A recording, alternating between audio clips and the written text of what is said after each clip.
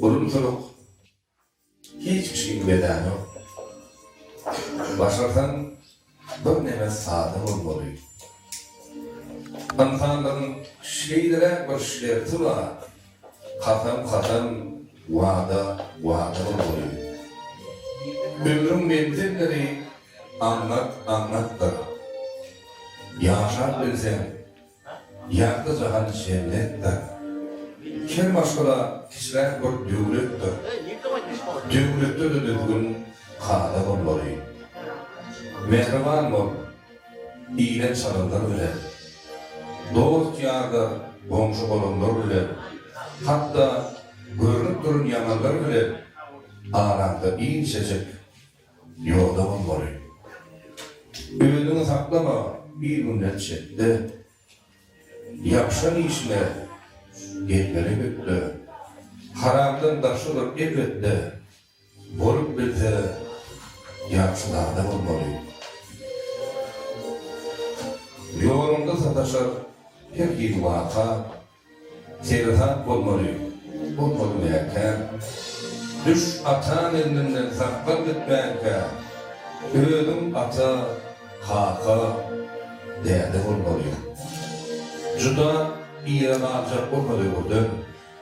Bir hakun ve şafirlerin işlerinden görüllü gözleme köşen uğrundan görüllü olsa öyle olmalı.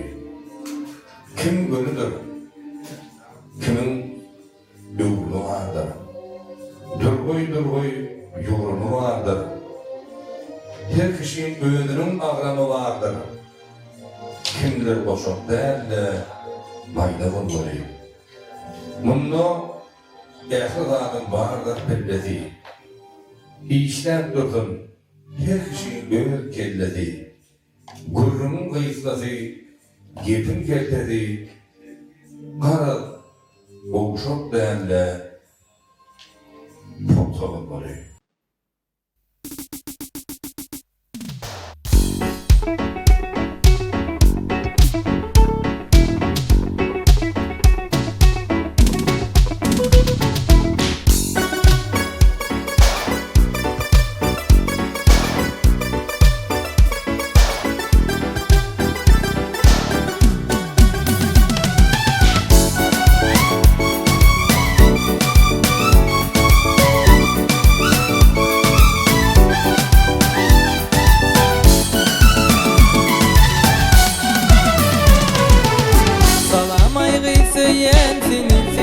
Aşık ettin beni, ya da tatsın dese öyle.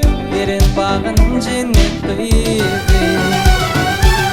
Sen uğrumda bereyim can, sen istesen gül cemal can. Hadi deysen kalma darman, şartlanayın benim barılamam. Gül cemal, gül cemal, söyyen seni gül cemal. Gül cemal,